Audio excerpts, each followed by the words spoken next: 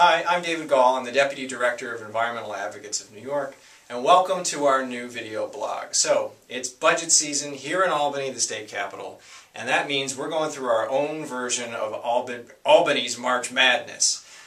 Just to bring everybody up to speed, as you may recall, the Governor Cuomo released his budget proposal back in January. And last week, both houses of the state legislature released their proposals on what they would do to change the governor's proposal. Budget negotiations are wrapping up, and the word on the street up here is that they want to have a deal completed by March 23rd, that's Friday of this week. So there's a lot of work that we're doing right now, and there are things that you can do to help us get a better outcome in the final budget proposal. So here are 4 things that we're working on. Number 1, the Environmental Protection Fund. Environmental Protection Fund is basically a green piggy bank for all kinds of conservation projects across New York State.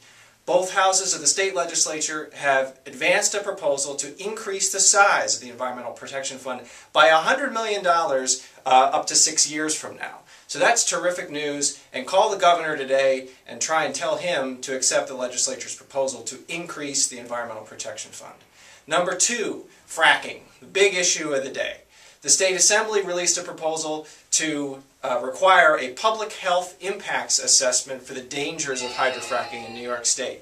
Great job, Assembly. Happy to see that in your proposal. And call the Senate today and trying to get them to adopt the Assembly's public health impacts assessment on fracking. So now let's get to a couple of bad things. Number 3, a lifeline to dirty coal plants across New York State. There's a proposal that came out of the Senate to extend subsidies to 2 coal plants in western New York that would otherwise be shutting down. It's a terrible proposal. It's terrible for New York State's environment, terrible for air quality, and we need to kill this thing. So you can call your state senator, call the Assembly, or call the governor and tell them to kill this lifeline to dirty coal. The last proposal that we're working on involves transfer language in the governor's budget. Basically what this means is the governor wants unlimited authority to move spending around between agencies after the legislature and the governor have agreed on what the spending plan should be. That means there could be cuts to water quality programs, there could be cuts to clean air programs after the fact, and nobody would know about it. This is a terrible proposal. The governor's wrong on this one, and we need citizen support to help try and sway the debate in the right direction.